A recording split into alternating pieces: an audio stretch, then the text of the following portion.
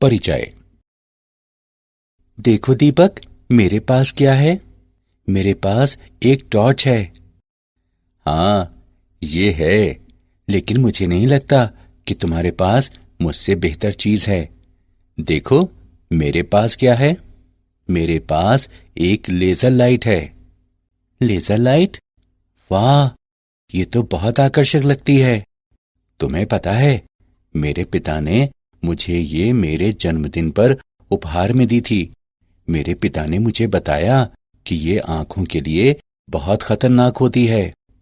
लेकिन एक प्रकाश हमारी आंखों को किस तरह नुकसान पहुंचा सकता है? वास्तव में यह संकीर्ण आवृत्ति वाला प्रकाश होता है तथा इसका प्रयोग भौतिकी के क्षेत्र में किया जाता है। क्या तुम मुझे इस बारे में और अधिक बता सकते हो? हाँ हाँ, बिल्कुल। बच्चों, इस पाठ में आप विकिरण तथा द्रव्य की द्वैत प्रकृति के बारे में सीखेंगे। उद्देश्य।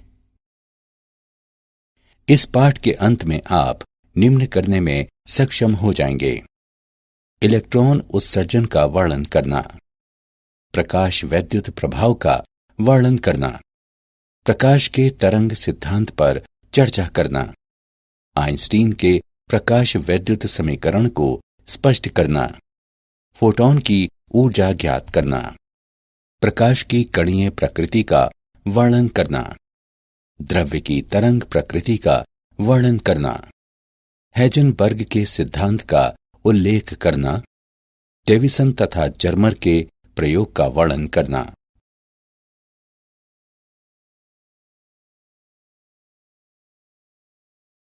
इलेक्ट्रॉन उत्सर्जन। धातुएं कहलाने वाले कुछ ठोसों में बाहरी कक्षाओं में इलेक्ट्रॉन अपने मातृ परमाणु से इतनी शिथिलता पूर्वक बंधे होते हैं कि वे एक परमाणु से अन्य परमाणु में आसानी से जा सकते हैं और ठोस में विचरण कर सकते हैं। ये इलेक्ट्रॉन मुक्त इलेक्ट्रॉन कहलाते हैं क्योंकि ये ठोस के अंदर स्वतंत्र होते हैं। हालांकि ये अपने आप ठोस से बाहर नहीं निकल सकते। ये मुक्त इलेक्ट्रॉन धातु पृष्ठ के भीतर आयनों के आकर्षण और पृष्ठ बलों द्वारा रोक कर रखे जाते हैं। अतः इलेक्ट्रॉनों को धातु पृष्ठ से बाहर निकालने के लिए एक निश्चित न्यूनतम ऊर्जा की आवश्यकता होती है। इलेक्ट्रॉन को धातु पृष्ठ से बाहर उत्सर्जित कराने के लिए आवश्यक ऊर्जा की न्यूनतम मात्रा धातु का कार्यफलन φ0 कहलाती है। धातु पृष्ठ से इलेक्ट्रॉन उत्सर्जन के लिए आवश्यक ये न्यूनतम ऊर्जा कार्यफलन धातु में निम्न में से किसी तरीके से आपूर्ति की जा सकती है। क्षेत्र उत्सर्जन। प्रबल विद्युत क्षेत्र लगाने से इलेक्ट्रॉनों को धातु पृष्ठ से बाहर निकाला जा सकता है। तापायनिक उत्सर्जन। धातु को गर्म करने पर मुक्त इलेक्ट्रॉनों द्वारा पर्याप्त तापीय ऊर्जा प्राप्त की जाती है जिससे वे धातु पृष्ठ के आकर्षण बल से मुक्त हो जाते हैं। प्रकाश विद्युत उत्सर्जन। प्रकाश के रूप में ऊर्जा की आपूर्ति किए जाने पर भी धातु से मुक्त इलेक्ट्रॉन निकाले जा सकते हैं।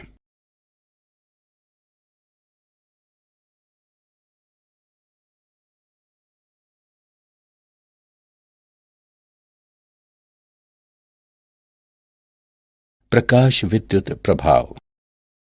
प्रकाश ऊर्जा द्वारा धात्विक पृष्ठ से इलेक्ट्रॉनों का उत्सर्जन प्रकाश विद्युत प्रभाव कहलाता है तथा इस प्रकार उत्सर्जित इलेक्ट्रॉन प्रकाशिक इलेक्ट्रॉन कहलाते हैं। हर्त्ज के प्रेक्षण। स्फुलिंग विसर्जन विधि से विद्युत चुंबकीय तरंगों को उत्पन्न करने वाला एक प्रयोग करते समय हर्त्ज ने प्रेक्षण किया कि कैथोड को किसी आर्क लैंप से पराबैंगनी प्रकाश द्वारा प्रदीप्त करने पर धातु इलेक्ट्रोडों के पार उच्च वोल्टता स्फुलिंग अधिक हो जाता है। हर्त्ज अपने प्रेक्षणों की व्याख्या नहीं कर सका, लेकिन अन्य वैज्ञानिकों ने ये किया। उन्होंने बताया कि धातु की प्लेट से इलेक्ट्रॉनों के उत्सर्जित होने के कारण उच्च आवृत्ति वाले प्रकाश का आपतित होना है। ये प्रकाश विद्युत प्रभाव कहलाया।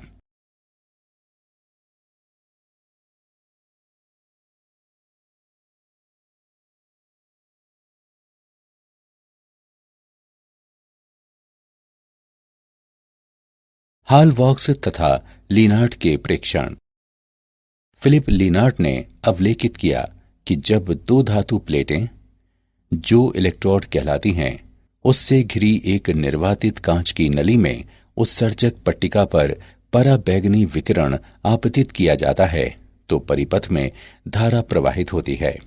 इन प्रेक्षणों ने इंगित किया कि जब उत्सर्जक पट्टिका पर पराबैंगनी विकिरण आपतित होता है तो इससे इलेक्ट्रॉन बाहर निकलते हैं जो एनोड पट्टिका की ओर आकर्षित होते हैं।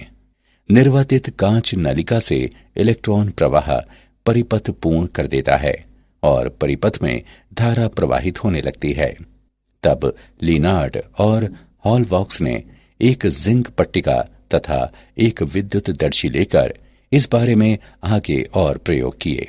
जिंक पट्टिका को एक विद्युत दर्शी से जोड़ा गया। उन्होंने ये प्रेक्षित किया, जब एक अनावेशित जिंक पट्टिका को पराबैंगनी प्रकाश से किरणित कराया जाता है तो जिंक पट्टिका में धनावेश उत्पन्न हो जाता है। जब एक धनावेशित जिंक पट्टिका को पराबैंगनी प्रकाश से किरणित कराया जाता है तो पट्टिका का धनावेश बढ़ जाता है। जब एक ऋणावेशित जिंक पट्टिका को पराबैंगनी प्रकाश से किरणित कराया जाता है तो जिंक पट्टिका का आवेश समाप्त हो जाता है। इन सभी प्रेक्षणों से पता चला कि जब पराबैंगनी प्रकाश जिंक पट्टिका पर आपतित होता है तो ऋणावेशित कण अर्थात इलेक्ट्रॉन उत्सर्जित होते हैं।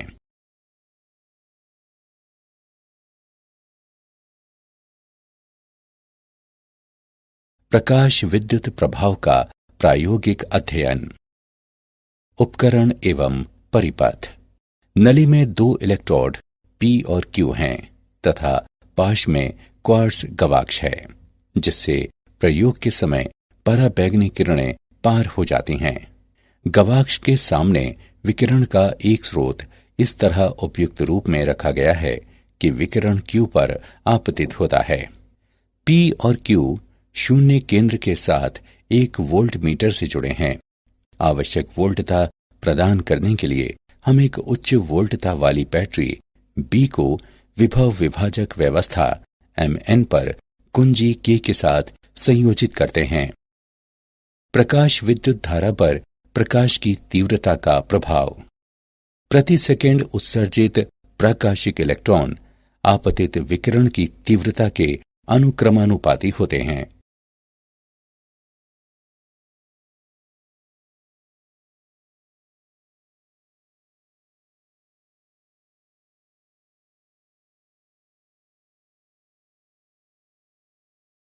प्रकाश विद्युत धारा पर विभव का प्रभाव। वक्र A आपतित विकिरण की निम्न तीव्रता के लिए और वक्र B आपतित विकिरण की उच्च तीव्रता के लिए है। विभव में वृद्धि के साथ फोटो विद्युतीय धारा में भी बढ़ोतरी होती है। नियत विभव के लिए धारा महत्तम यानी उच्चिष्ट होती है। विभव में वृद्धि के बाद भी धारा में वृद्धि नहीं होती है और ये संतृप्त धारा कहलाता है। माना कि P विभव अब शून्य है। इस चरण में कुछ ऐसे इलेक्ट्रॉनों के कारण अल्प धारा प्रेक्षित की जाती है जो उत्सर्जन के पर्याप्त उच्च वेग के कारण P तक पहुंचते हैं।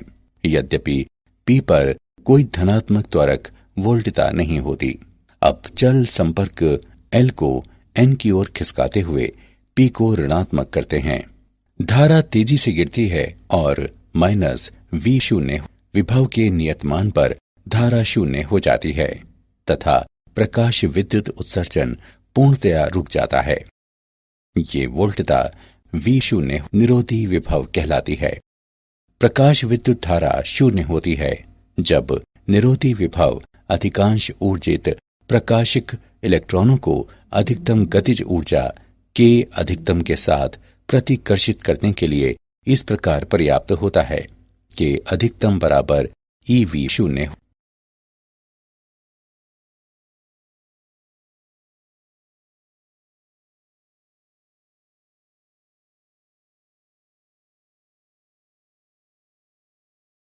निरोधी विभव पर आपतित विकिरण की आवृत्ति का प्रभाव।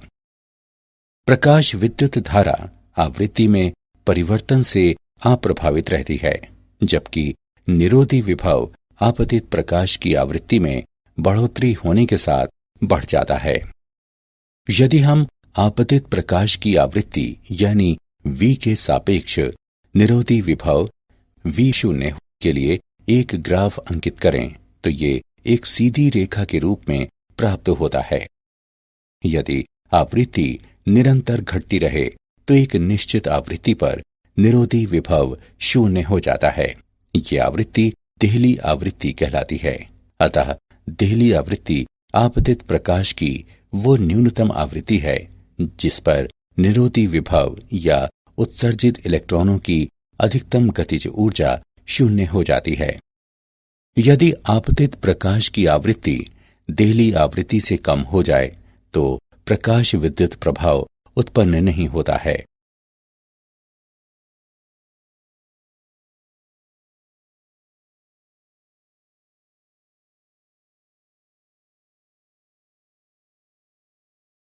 प्रकाश विद्युत प्रभाव तथा प्रकाश का तरंग सिद्धांत। तरंग सिद्धांत के अनुसार प्रकाशिक इलेक्ट्रॉनों की गतिज ऊर्जा आपतित प्रकाश की तीव्रता पर ही निर्भर होनी चाहिए, लेकिन प्रायोगिक प्रेक्षणों के अनुसार प्रकाशिक इलेक्ट्रॉनों की गतिज ऊर्जा आपतित प्रकाश की तीव्रता पर निर्भर नहीं होती। तरंग सिद्धांत के अनुसार किसी भी आवृत्ति का प्रकाश की पर्याप्त तीव्रता होने पर धात्विक पृष्ठ से इलेक्ट्रॉन उत्सर्जित कर सकता है, लेकिन प्रायोगिक प्रेक्षणों के अनुसार देहली आवृत्ति से कम आवृत्ति का प्रकाश इलेक्ट्रॉनों को उत्सर्जित नहीं करा सकता, आपतित प्रकाश की आवृत्ति चाहे जो भी हो। तरंग सिद्धांत के अनुसार प्रकाश तरंगों द्वारा स्थानांतरित ऊर्जा किसी विशेष इलेक्ट्रॉन में नहीं जाती, बल्कि ये एक समान वितरित होती है, जिससे इलेक्ट्रॉनों के उत्सर्जन में कुछ समय लगता है। लेकिन प्रायोगिक प्रेक्षणों के अनुसार धातु पर प्रकाश के आपतित होने के पश्चात इलेक्ट्रॉनों का उत्सर्जन तत्क्षण ही होता है, प्रकाश की तीव्रता चाहे जो भी हो।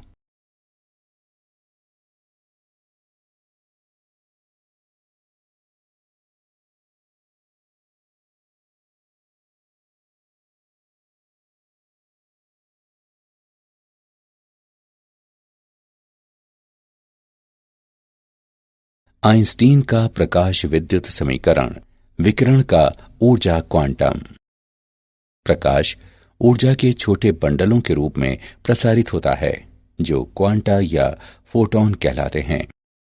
प्रत्येक फोटॉन की ऊर्जा h न्यू होती है, जहां न्यू प्रकाश की आवृत्ति तथा h प्लांक का स्थिरांक है। h का मान 6.62 गुणे 10⁻⁻34 जूल सेकेंड होता है।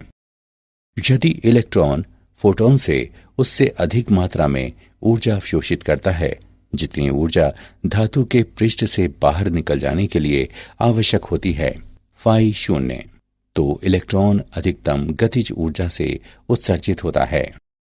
के अधिकतम बराबर h न्यू माइनस फाई शून्य। ये समीकरण आइंस्टीन का प्रकाश विद्युत समीकरण कहलाता है।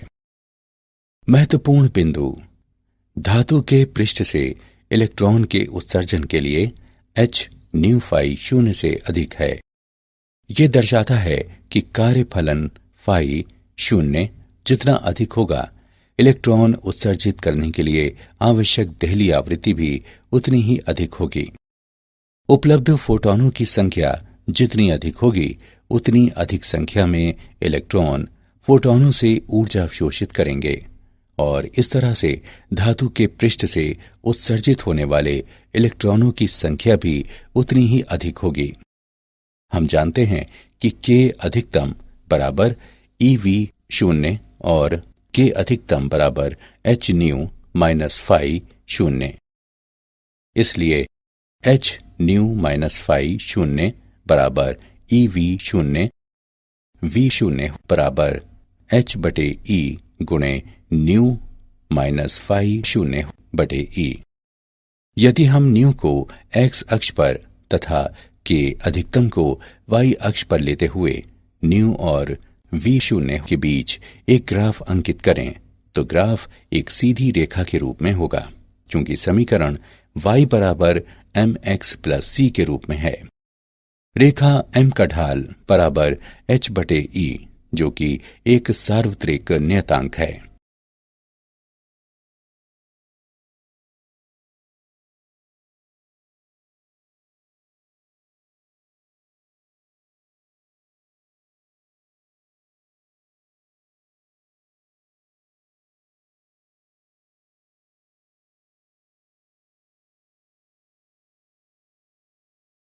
उदाहरण, यदि 4950 एंगस्ट्रॉम तरंग दैर्ध्य का प्रकाश फोटॉनों के संतत प्रवाह के रूप में देखा जाए तो ईवी में प्रत्येक फोटॉन की ऊर्जा कितनी होगी? दिया है प्लांक का स्थिरांक h बराबर 6.6 गुणे 10 की घात माइनस 34 जूल प्रति सेकेंड। हल, फोटॉन की ऊर्जा निम्न द्वारा ज्ञात की जा सकती है। E बराबर एच न्यू, E बराबर एच सी बटे लैम्डा, इसे समीकरण 1 माने। C प्रकाश की चाल है जो 3 गुणे 10 की घात 8 मीटर प्रति सेकंड है। समीकरण 1 से E बराबर 6.6 गुणे 10 की घात माइनस 34 गुणे 3 गुणे 10 की घात 8 बटे 4950 गुणे 10 की घात माइनस 10 जूल। हल करने पर हम पाते हैं कि E बराबर 4 गुणे 10 की घात माइनस 19 जूल। इसे ईवी में व्यक्त किया जा सकता है। E बराबर 4 गुणे 10 की घात माइनस 19 बटे 1.6 गुणे 10 की घात माइनस 19 ईवी। E बराबर 2.5 ईवी। प्रकाश की कणीय प्रकृति, फोटॉन। प्रकाश विद्युत प्रभाव आइंस्टीन के प्रकाश के क्वांटम सिद्धांत को समर्थित करता है, जिसके अनुसार द्रव्य से अन्योन्य क्रिया में प्रकाश ऊर्जा के बंडलों की भांति व्यवहार करता है। प्रत्येक बंडल एक फोटॉन कहलाता है। प्रकाश के फोटॉन चित्रण को निम्नानुसार संक्षेपित किया जा सकता है। जब विकिरण द्रव्य से अन्योन्य क्रिया करता है तो ये इस प्रकार व्यवहार करता है जैसे कि ये फोटॉन कहलाने वाले कणों से बना हुआ हो। न्यू आवृत्ति तथा लैम्डा तरंग दैर्ध्य वाले प्रत्येक फोटॉन की ऊर्जा E बराबर एच न्यू बराबर एच सी बटे लैम्डा। फोटॉन का संवेग P बराबर एच न्यू बटे सी बराबर एच बटे लैम्डा, जहां C प्रकाश की चाल है। दी गई आवृत्ति के सभी फोटॉनों की समान ऊर्जा E बराबर एच न्यू होती है। फोटॉन वैद्युतिक रूप से उदासीन होते हैं, इसलिए वे विद्युत तथा चुंबकीय क्षेत्रों द्वारा विक्षेपित नहीं होते। फोटॉन इलेक्ट्रॉन अन्योन्य क्रिया में कुल ऊर्जा एवं कुल संवेग संरक्षित रहते हैं। हालांकि संघट्ट में फोटॉनों की संख्या संरक्षित नहीं की जा सकती, क्योंकि फोटॉन अवशोषित हो सकता है और विभिन्न ऊर्जाओं वाले नए फोटॉन सृजित किए जा सकते हैं, जिससे कुल ऊर्जा नियतांक रह सकती है, जो कि एच न्यू बराबर H new 1 plus H new 2।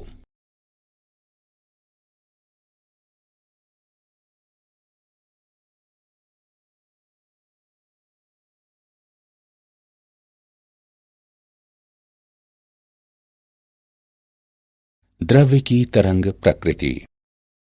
सन 1924 में लुईस दे ब्रॉगली ने प्रस्तावित किया कि पदार्थों के गतिमान कण तरंगों की भांति व्यवहार करते हैं तथा पदार्थों के कणों से संबद्ध तरंग दैर्ध्य को लैम्डा बराबर h/p बराबर h/mv द्वारा व्यक्त किया जा सकता है, जहां p बराबर mv गतिमान कण का रैखिक संवेग है। ये दे ब्रॉगली परिकल्पना कहलाती है। फोटॉन का संवेग है p बराबर h/लैम्डा। ये देता है तरंग दैर्ध्य लैम्डा बराबर h/p। इसलिए दे ब्रॉगली ने प्रस्तावित किया, दे ब्रॉगली तरंग दैर्ध्य लैम्डा बराबर h/p बराबर h/mv। यदि k द्रव्य कणों की गतिज ऊर्जा है तो संवेग p तथा गतिज ऊर्जा k के बीच संबंध निम्नवत होगा। k बराबर 1/2 mv वर्ग बराबर 1/2 गुणे m गुणे p/m वर्ग बराबर p वर्ग बटे 2m या p बराबर 2mk का वर्गमूल। अतः दे ब्रॉगली तरंग दैर्ध्य लैम्डा बराबर h/2mk का वर्गमूल, ये समीकरण 1 है। यदि v वोल्ट इलेक्ट्रॉन का त्वरक विभव है तो k बराबर ev। समीकरण 1 से लैम्डा बराबर h/वर्गमूल 2mev। m, e और h के मानों को प्रतिस्थापित करने पर हम पाते हैं कि लैम्डा बराबर 12.27/v आंगस्ट्रॉम का वर्गमूल।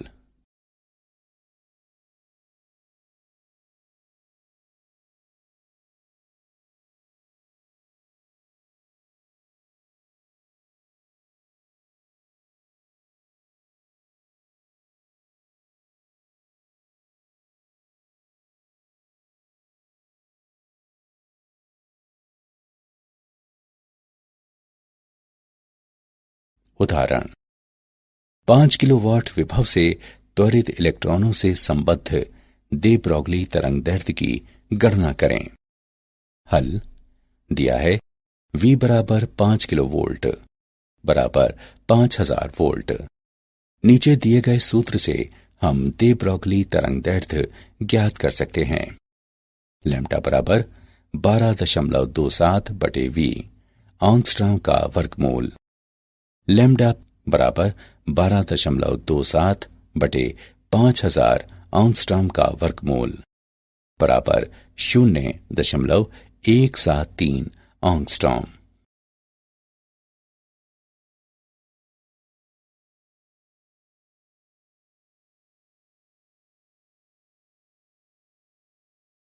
तरंग पैकेट। हाइजेनबर्ग के अनुसार किसी द्रव्य कण की स्थिति एवं संवेग को एक ही समय पर एक साथ ठीक ठीक मापना असंभव होता है।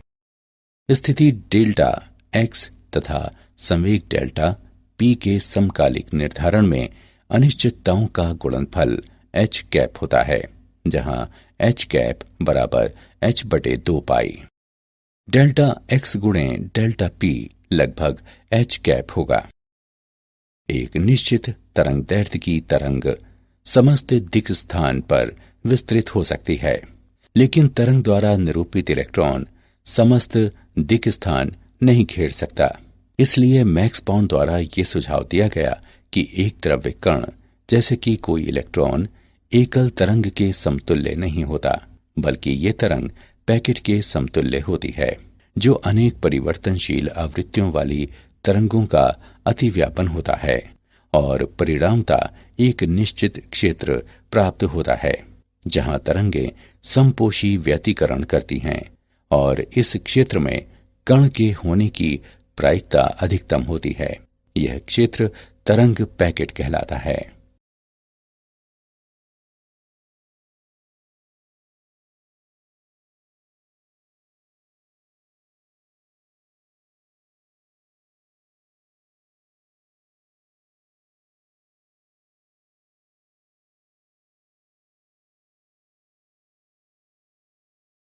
डेविसन तथा जर्मर प्रयोग।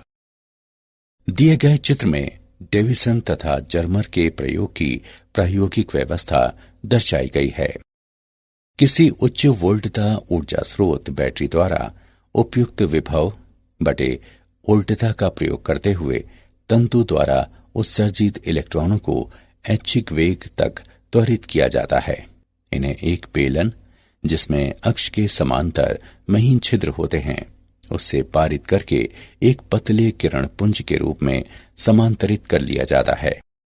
इस पुंज को निकिल क्रिस्टल के पृष्ठ पर डाला जाता है, जो लक्ष्य टी कहलाता है, जो आपतित पुंज दिशा के समांतर एक अक्ष पर घूम सकता है। क्रिस्टल के परमाणुओं द्वारा इलेक्ट्रॉन सभी दिशाओं में प्रकीर्णित होते हैं। किसी दिशा विशेष में प्रकीर्णित इलेक्ट्रॉन पुंज की तीव्रता को फैराडे सिलेंडर से मापा जाता है, जो संग्राहक सी कहलाता है। संग्राहक को वृत्ताकार मापनी एस पर घुमाया जा सकता है और ये सुग्राही गैल्वेनोमीटर से जुड़ा रहता है। गैल्वेनोमीटर में विक्षेप संग्राहक में प्रवेश करने वाले प्रकीर्णित इलेक्ट्रॉन पुंज की तीव्रता के अनुक्रमानुपाती होता है। प्रकीर्णित पुंज की तीव्रता का प्रकीर्णन कोण थीटा के साथ परिवर्तन को विविध इलेक्ट्रॉन ऊर्जाओं के लिए मापा जाता है। दे ब्रॉगली संबंध से 54 EV इलेक्ट्रॉनों से संबद्ध दे ब्रॉगली तरंगदैर्ध्य भी निर्धारित किया जा सकता है। इसके लिए इलेक्ट्रॉनों को 54V के विभवांतर से त्वरित कराया जाता है। लैम्डा बराबर h/p बराबर 1.227/v नैनोमीटर का वर्गमूल बराबर 1.227/54 नैनोमीटर का वर्गमूल बराबर 0.166 नैनोमीटर।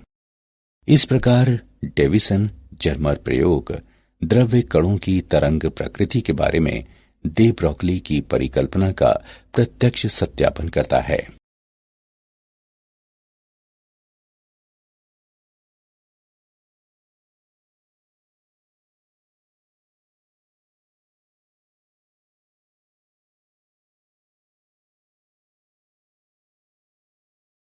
क्या आप जानते हैं 1905 में अल्बर्ट आइंस्टीन नामक जर्मन मूल के भौतिक विज्ञानी ने प्रकाश वैद्युत प्रभाव का विवेचन किया। 1924 में लुई दे ब्रॉगली ने तरंग कण द्वैत प्रकृति पर अपना सिद्धांत प्रस्तुत किया।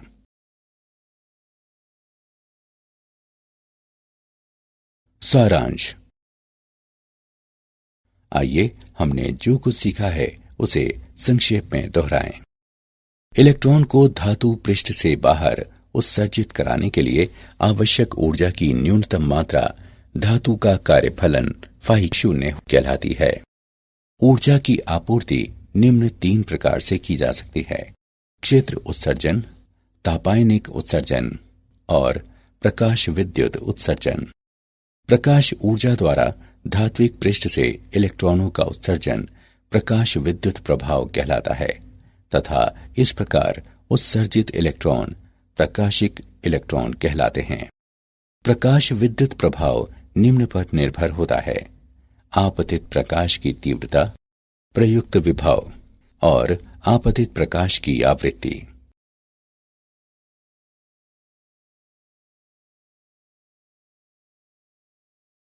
आइंस्टीन का प्रकाश विद्युत समीकरण K अधिकतम बराबर h/nu - phi 0, जहां K अधिकतम गतिज ऊर्जा है, न्यू प्रकाश की आवृत्ति है, phi 0 धात्विक पृष्ठ का कार्यफलन है। आइंस्टीन के प्रकाश का क्वांटम सिद्धांत के अनुसार प्रकाश ऊर्जा के छोटे बंडलों के रूप में द्रव्यों से अन्योन्य क्रिया करता है और ये बंडल फोटॉन कहलाते हैं। न्यू आवृत्ति तथा लैम्डा तरंगदैर्ध्य के प्रत्येक फोटोन की ऊर्जा E बराबर h/nu। दे ब्रॉगली तरंगदैर्ध्य लैम्डा बराबर h/2m_k का वर्गमूल, जहां k द्रव्य कणों की गतिज ऊर्जा है। हाइजेनबर्ग के अनुसार किसी द्रव्य कण की स्थिति एवं संवेग को एक ही समय पर एक साथ ठीक ठीक मापना असंभव होता है। डेविसन जर्मर प्रयोग द्रव्य कणों की तरंग प्रकृति के बारे में दे ब्रॉगली की परिकल्पना का प्रत्यक्ष सत्यापन करता है।